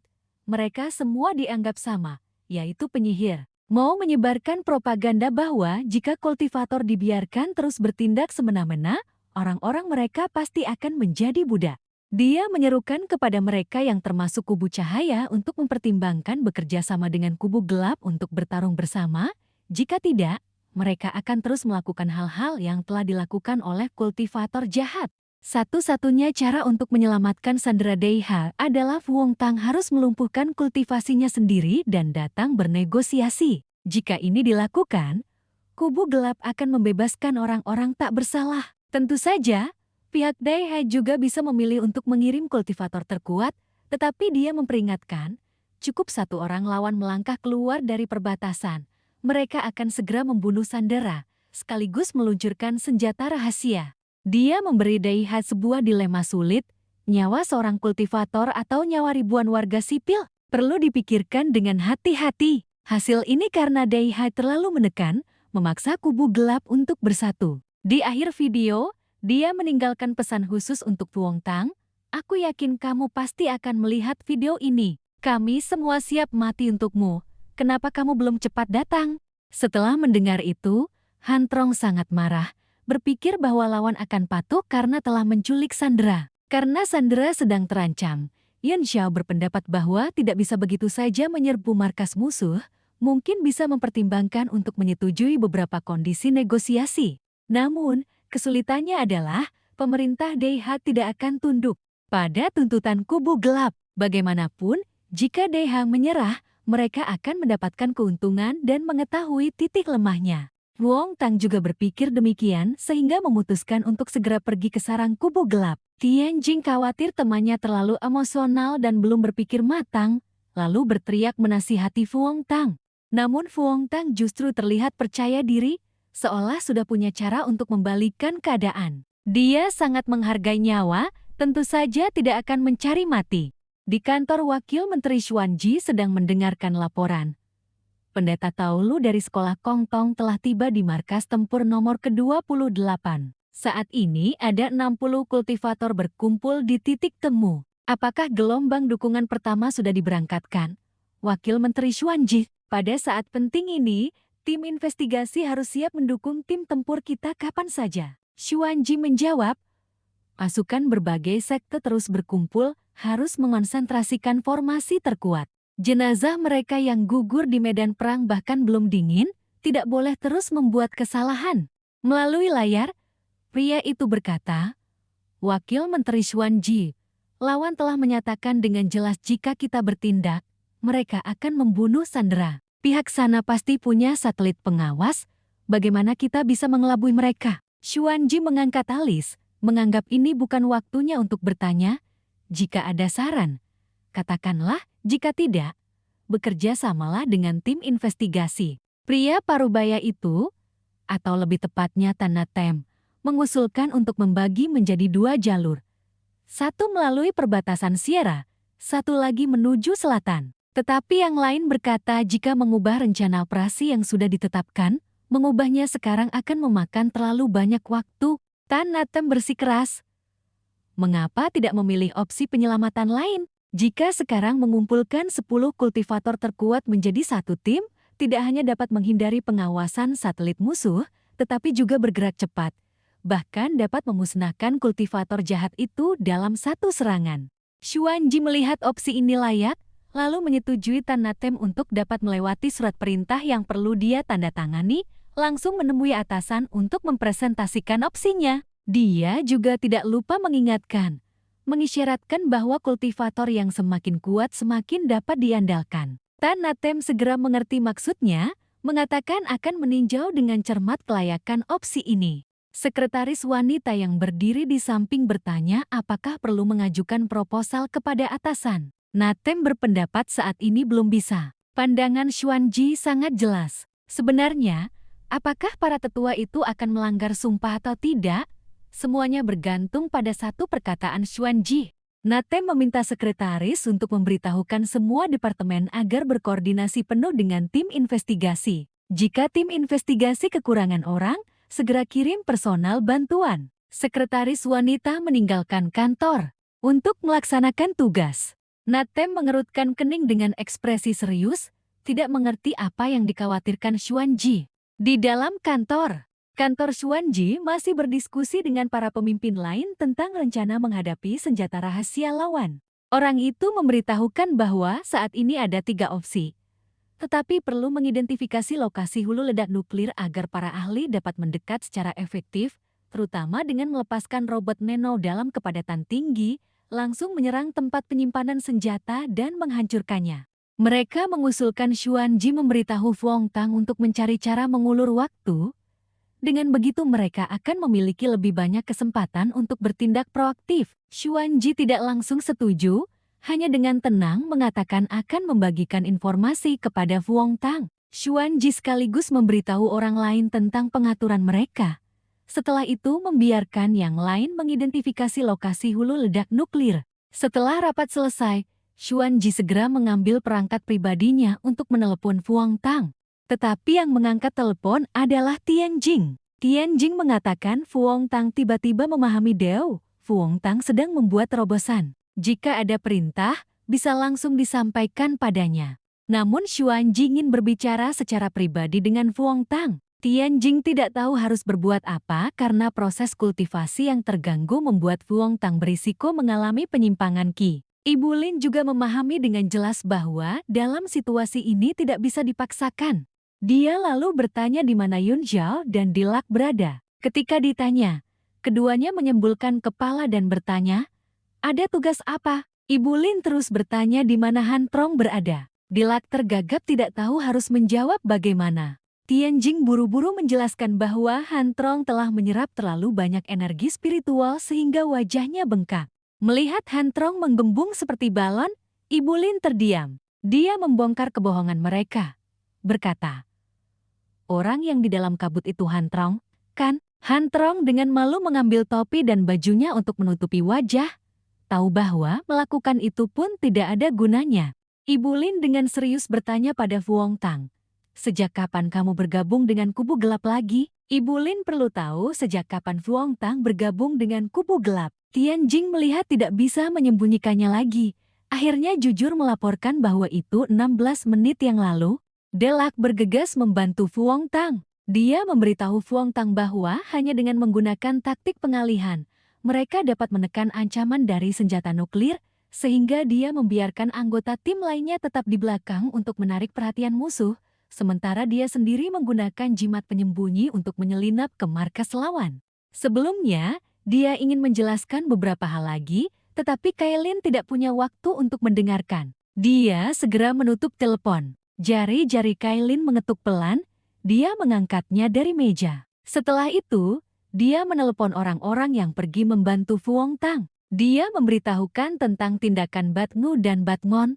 Guru Tao mengatur formasi sebagai berikut. Batngu, peri ikan danau, Alin adik perempuan Fuong Tang akan tiba di pangkalan nomor 28 dalam waktu setengah jam.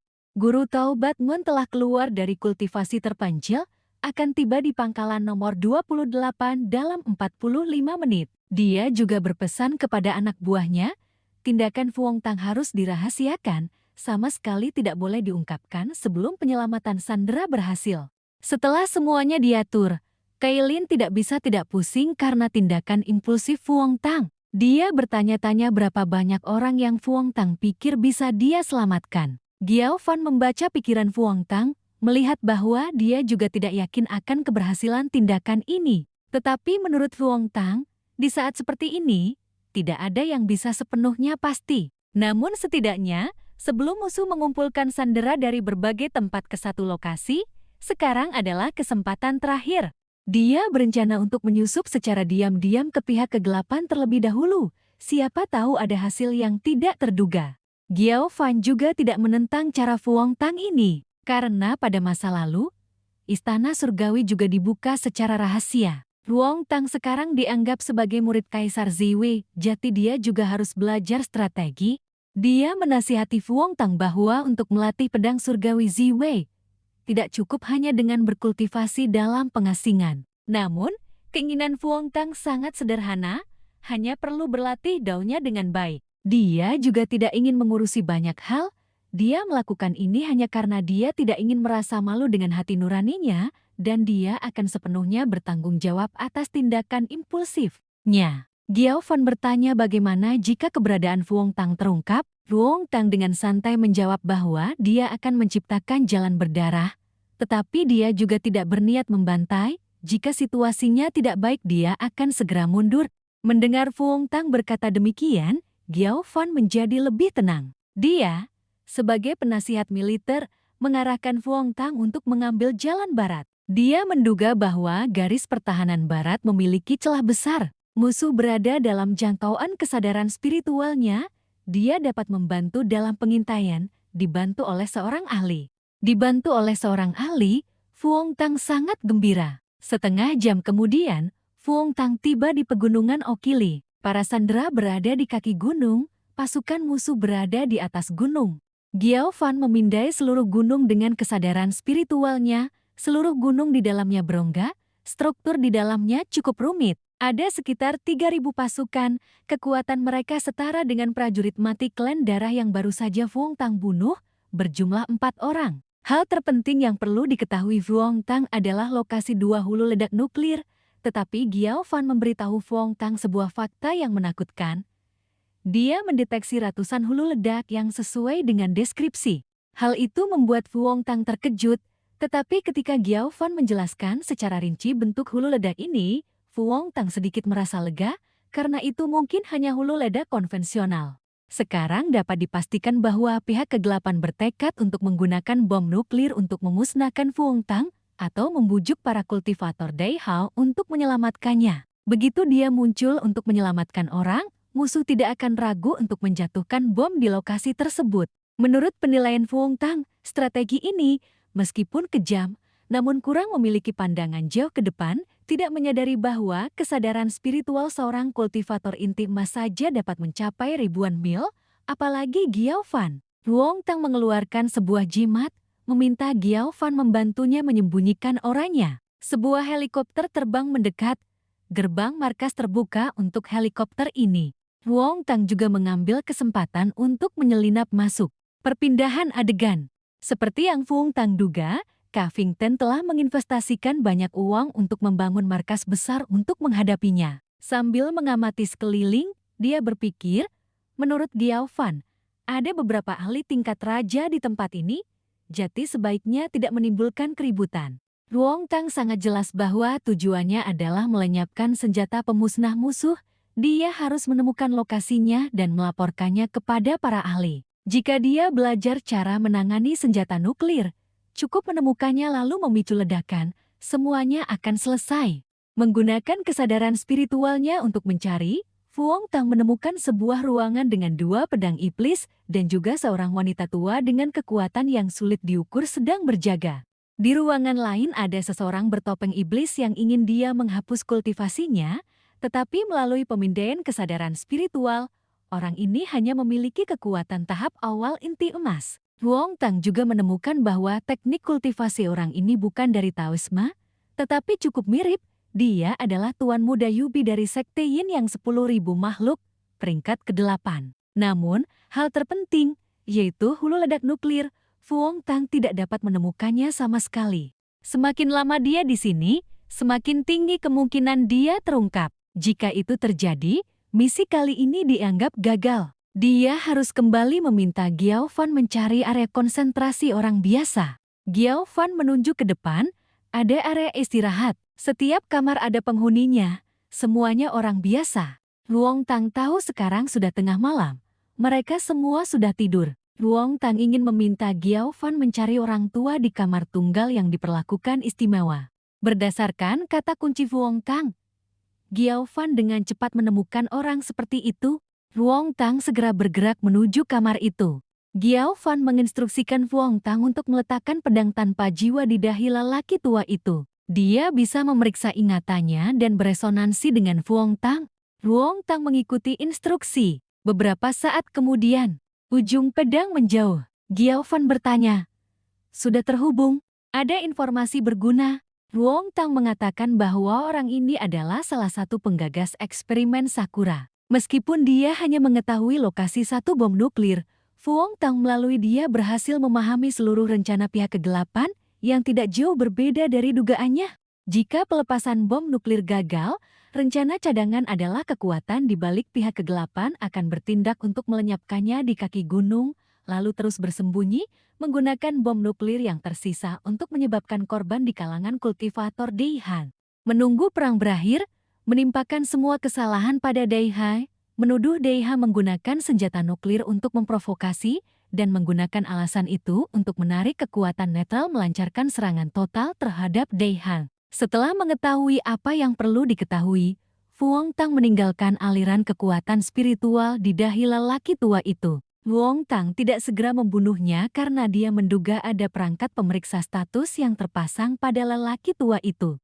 Dia hanya meninggalkan aliran kekuatan spiritual yang murni yang dapat mengambil nyawa lelaki tua itu kapan saja. Sekarang dia sudah tahu lokasi satu bom nuklir, setiap hari keberadaannya mengancam semakin banyak nyawa. Dia harus diam-diam menghancurkannya. Dia juga tidak bisa menunda lebih lama lagi. Tepat pada saat ini, dia merasa ada seseorang yang datang. Ruong Tang segera bersembunyi di balik dinding. Yang datang adalah si bertopeng, benar-benar keberuntungan tak terduga. Dia bertanya kepada para prajurit yang mengikutinya tentang situasi target Ruong Tang dan pergerakan pihak Daihan. Prajurit melaporkan, alat pendeteksi belum menemukan sinyal Ruong Tang, dan pihak Daiha tampaknya telah mengikuti permintaan, tidak ada tindakan lebih lanjut. Ruong Tang bersembunyi dan mengikuti mereka. Menunggu kesempatan untuk bertindak, pria bertopeng itu membuka pintu. Di sebuah ruangan rahasia, di dalamnya ada sebuah bom nuklir. Dia ingin memberi Daiha alasan untuk bertindak.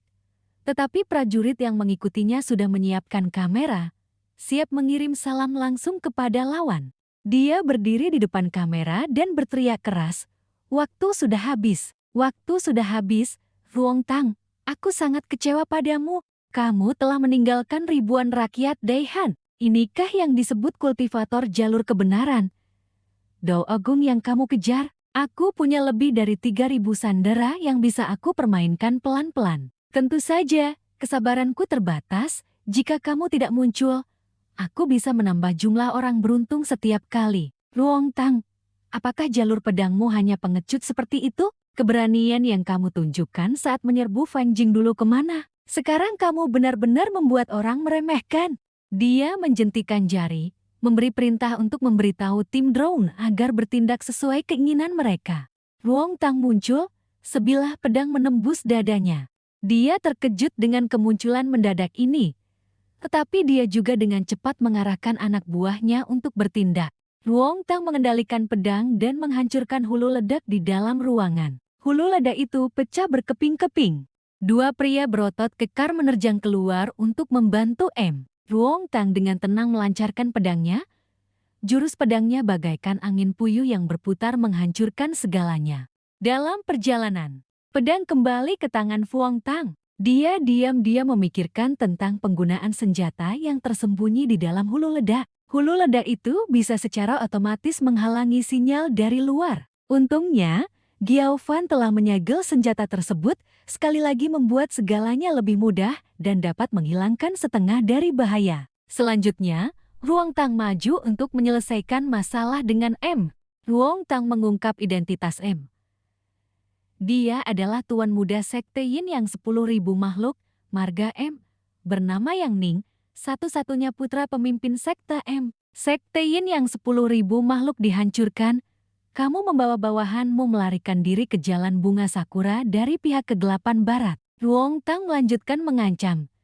Setelah itu kamu dengan gigih menarik berbagai kekuatan untuk menciptakan ancaman bagi dunia kultivasi. Saat ini kamu telah berhasil meyakinkan beberapa tokoh tingkat tinggi di pihak kegelapan untuk mengendalikan dunia kultivasi. Pertempuran di Gunung Salju dulu, bersama dengan penculikan Sandera hari ini, semuanya direncanakan olehmu. Topeng Hasem Yang Ning jatuh, dia panik.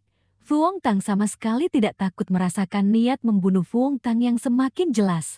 Dia berteriak pada Ruong Tang, "Jangan bunuh dia, jangan bunuh dia." Dia mencoba menekankan nilainya, mengatakan bahwa dia memiliki semua informasi yang Ruong Tang inginkan.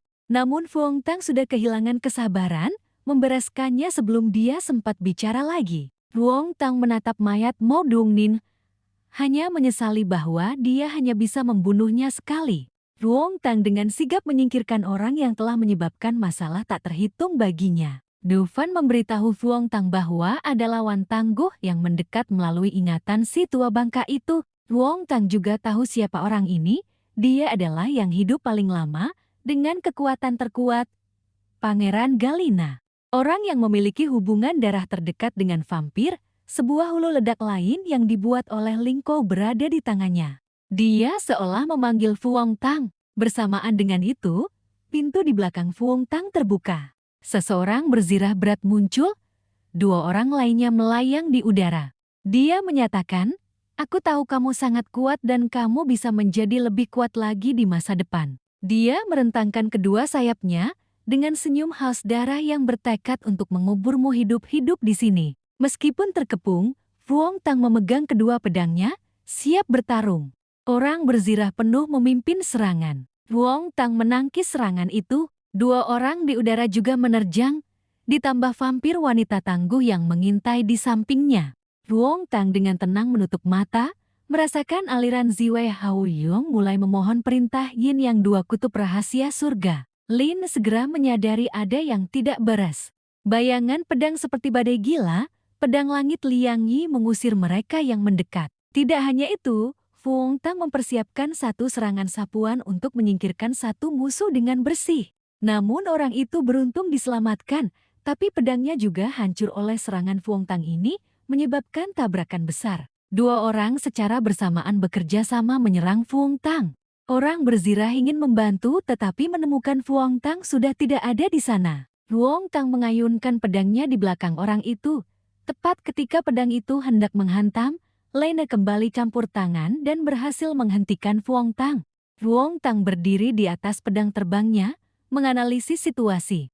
Kekuatan gabungan ketiga orang itu masih sedikit lebih rendah darinya. Selama mereka tidak bisa bekerja sama, ancaman itu tidak perlu dikhawatirkan. Namun orang yang paling harus dia waspadai tetaplah Lin. Lin sendiri sudah lebih menyadari kekuatan Ruong Tang. Meskipun hanya penyelidikan awal, Ruong Tang sudah mampu menahan serangan mereka. Mengingat peringatan Mo Dongnin, dia semakin menganggap serius target nomor satu yang harus dilenyapkan ini. Oleh karena itu, dia pasti harus mengambil nyawa Fuong Tang di sini. Dia menggunakan darahnya untuk menciptakan senjata dan menyatakan, siapapun yang berani menyerbu wilayah faksi gelap harus dimusnahkan, berapapun harganya. Kali ini, dia serius dengan pernyataannya.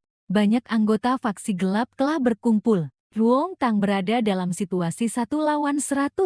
Namun Fuong Tang sama sekali tidak gentar. Dia berteriak lantang, datanglah semua.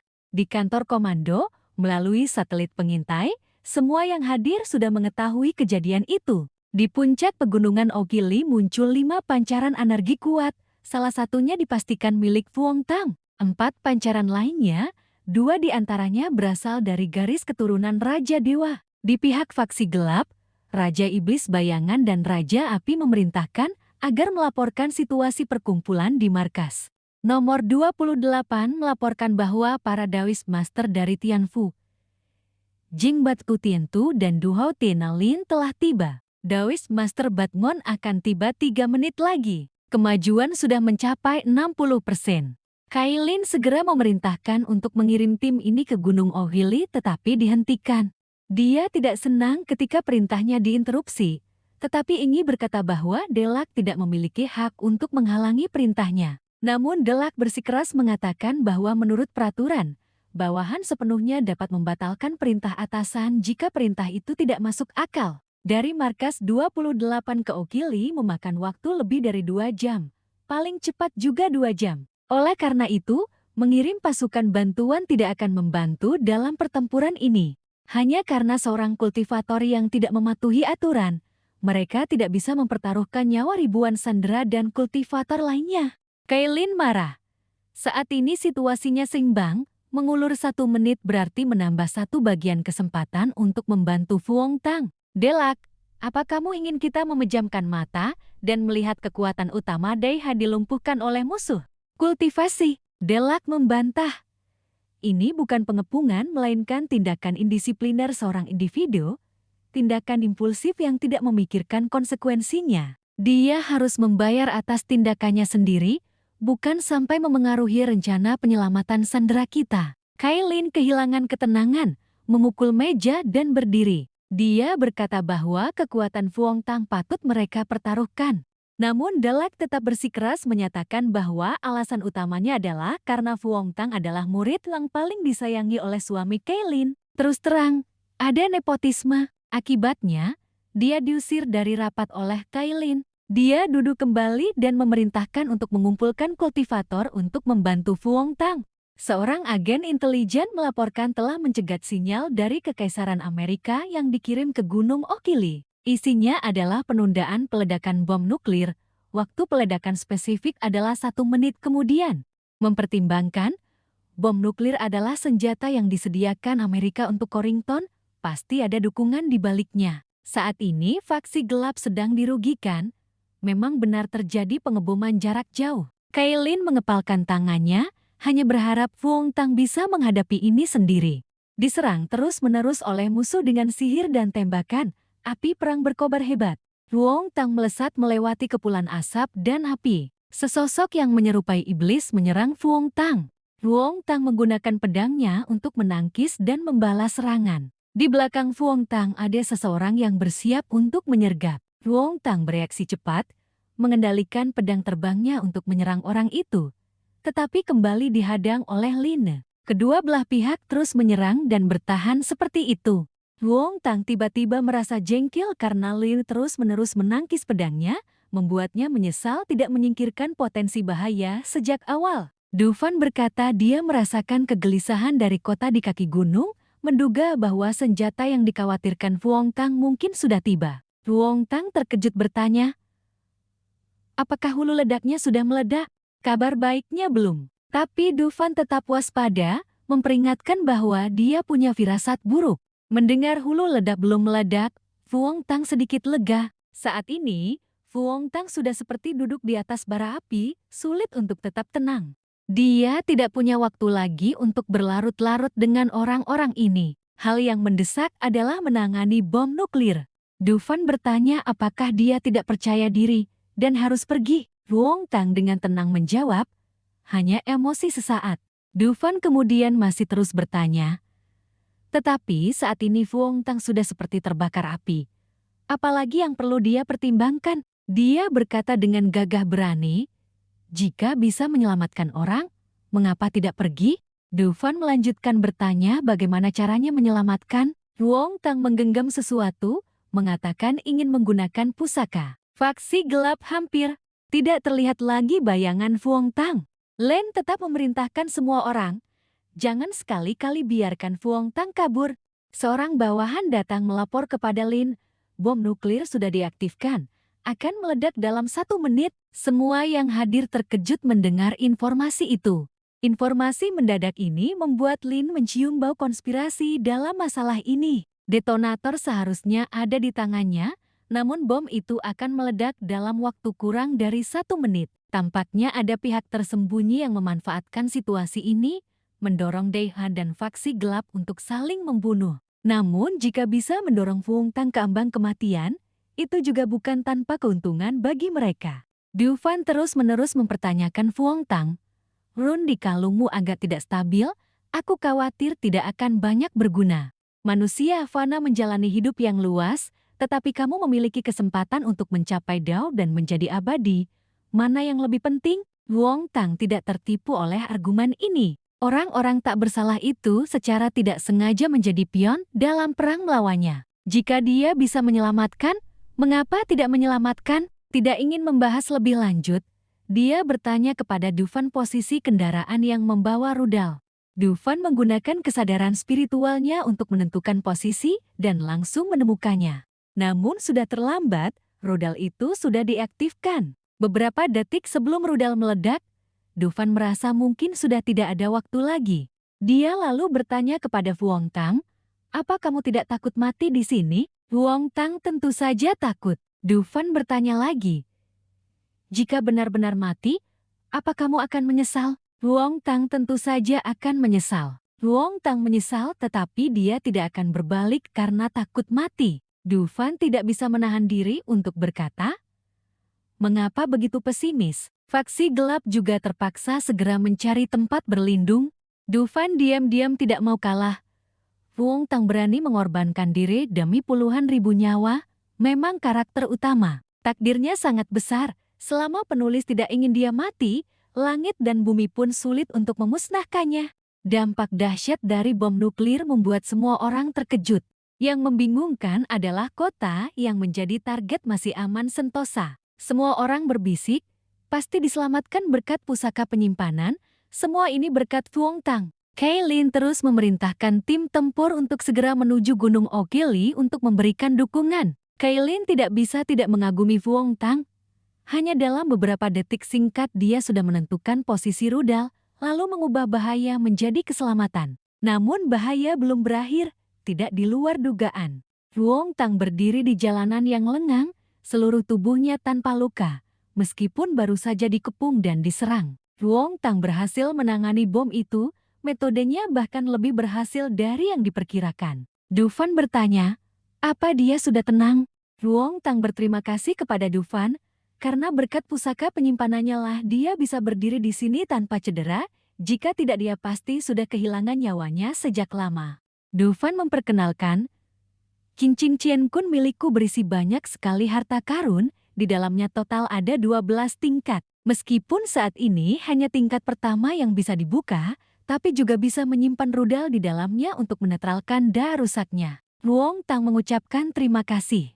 Dalam hati dia berpikir, tingkat pertama cincin Chien Kun seluruhnya berisi pakaian Dufan, jumlahnya hampir sebanyak pusat perbelanjaan. Dia diam-diam menangis dalam hati, berdoa agar daya rusak bom nuklir tidak menghancurkan pakaian-pakaian itu, jika tidak, bahkan jika dia dijual pun tidak akan bisa menggantinya. Dufan tampaknya tidak mempedulikan hal ini, dia masih punya berita yang ingin disampaikan kepada Fuong Tang.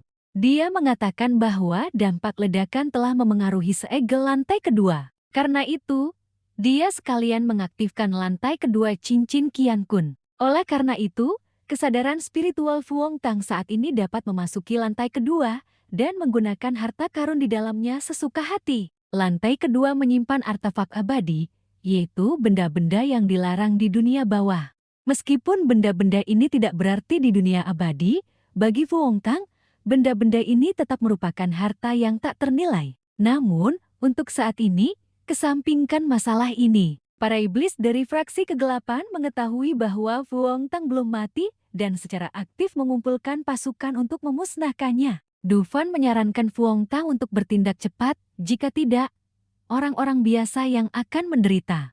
Setelah mendengar itu, Fu Hongtang kemudian ingin mendengar pendapat Du Fan. Dia mengusulkan cara untuk melindungi orang biasa dengan formasi roh abadi. Tetapi syaratnya adalah Fu Hongtang harus bisa menahan 4 iblis dengan kultivasi tertinggi. Selama ada cara, Fu Hongtang bisa bertarung dengan leluasa. Du Fan menginstruksikannya untuk rileks agar dia bisa sementara waktu mengendalikan tubuhnya. Lin mengeluh, tetapi bawahannya juga tidak tahu mengapa demikian. Ketika Lin mendekati area konsentrasi manusia biasa, dia menemukan tempat itu dilindungi oleh seni Taois yang mengelilingi fraksi kegelapan. Terlihat jelas, seni Taois ini digunakan untuk melindungi orang-orang biasa di area tersebut. Mereka tidak mengerti mengapa seseorang bisa berkorban demi sekelompok manusia biasa, sehingga mereka hanya curiga Fu Hongtang memiliki semacam konspirasi yang tidak jelas.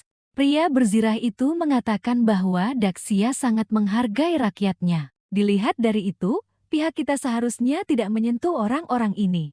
Dia melihat 2 vampir yang telah ada selama entah berapa ribu tahun, mengatakan bahwa keduanya mungkin pernah menyaksikan peradaban makmur berkembang di tanah itu ribuan tahun yang lalu. Namun mungkin mereka semua belum pernah melihatnya. Sekitar 2000 tahun yang lalu, raksasa timur ini runtuh karena terlalu tua dan lapuk. Dia bercerita bahwa pada saat umat manusia paling lemah, ketika mayat-mayat menumpuk seperti gunung, mereka masih mempertahankan api perjuangan untuk hari esok, dan kini api itu kembali berkobar dengan dahsyat. Lin semakin yakin bahwa saat ini dan di masa depan, fraksi kegelapan hampir tidak mungkin bersekutu dengan Daxia. Pertempuran ini juga merupakan pertempuran di mana fraksi kegelapan secara pribadi bertarung demi kehormatan. Menang atau kalah akan menentukan kelangsungan hidup mereka di tempat ini. Lin mengangkat tinggi jaring energi iblis dan berteriak dengan gagah berani, "Musuh kita hanya satu, tapi dia sangat kuat." Terlebih lagi, lawan telah mengirim bala bantuan yang mungkin mencapai ribuan kultivator. Tapi bala bantuan kita juga akan segera tiba. Bunuh dia. Lalu bersiaplah menghadapi kekuatan utama Daxia.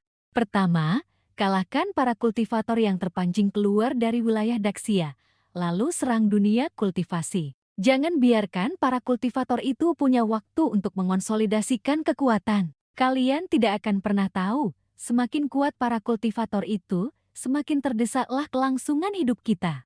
Orang itu adalah salah satu yang terkuat di Daxia saat ini. Hanya dengan memusnahkannya barulah ada kemungkinan untuk menghancurkan dunia kultivasi. Dunia ini tidak membutuhkan kekuatan ketiga selain fraksi cahaya dan fraksi kegelapan. Tepat ketika semangat pasukan fraksi kegelapan sedang membara, sebuah cahaya pedang melayang datang dan merenggut nyawa beberapa penyerang. Fu Hongtang berdiri tegak melindungi area aman. Du Fan berdiri di sampingnya. Dia di sini untuk memastikan Fu Hongtang tidak menyia-nyiakan kekuatan spiritualnya. Saat itu, Fu Hongtang bercanda. Bagaimana jika itu orang lain? Du Fan menjawab tanpa ekspresi. Kamu bisa menyerah jika tidak mau bertarung. Pedang Void Spirit bisa langsung membawamu kabur. Jika jiwamu terluka, aku bisa langsung mengambil alih tubuhmu. Du Fan telah menyiapkan segalanya, jadi Fu Hongtang hampir tidak perlu khawatir. Dia tiba-tiba teringat adegan di mana Raja Dewa mengorbankan bangsanya untuk meningkatkan kekuatannya sendiri. Dia berkata, "Para iblis dan satria tidak terlalu mengancamku, aku harus memusnahkan Raja Dewa kuno lawan terlebih dahulu." Dia berpikir dalam hati, untungnya fraksi kegelapan belum membentuk satu klan, jika tidak, pertempuran ini akan jauh lebih sulit. Du Fan mengingatkan Fu Hongtang untuk mengingat baik-baik, jangan biarkan keempat iblis itu menyerang formasi besar, jika tidak, formasi akan runtuh. Fu Hongtang mengerti, saat menghentikan musuh, dia bahkan mengobrol dengan Du Fan, berkata, "Dulu saat kecil, aku sangat mengagumi pendekar besar dalam novel Wuxia. Tak disangka, sekarang setelah menjadi kultivator, Dia bisa merasakan sensasi seorang diri dengan satu pedang menjelajahi dunia persilatan. Du Fan telah melihat melalui ingatan Fuong Tang dan mengetahui semua tentang dia dengan jelas. Dengan kemampuan kultivator yang bisa melakukan apa saja, inilah Siang Xia. Setelah membereskan pasukan biasa, Fuong Tang memutuskan untuk bertarung dulu, baru kemudian mengevaluasi.